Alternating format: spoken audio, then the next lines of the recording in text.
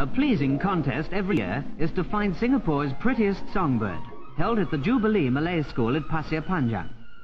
The contestants arrive early with their pets in covered cages, for the merbok sings most sweetly at dawn.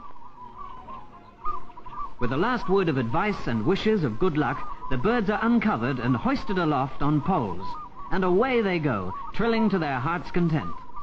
Only the male bird sings to attract the female, for this is a love call.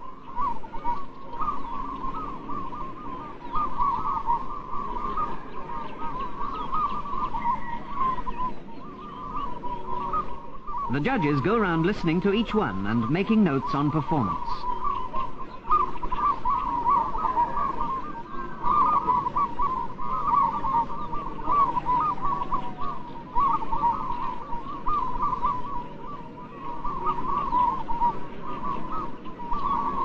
The winner, a bird as yet unnamed, belonging to Mr. Chua Gian Beng, who entered for the first time, never expecting to win. Second, Inche Taib Gear's Wandering Bachelor. And third, Inche Salim Ibrahim's Kampol.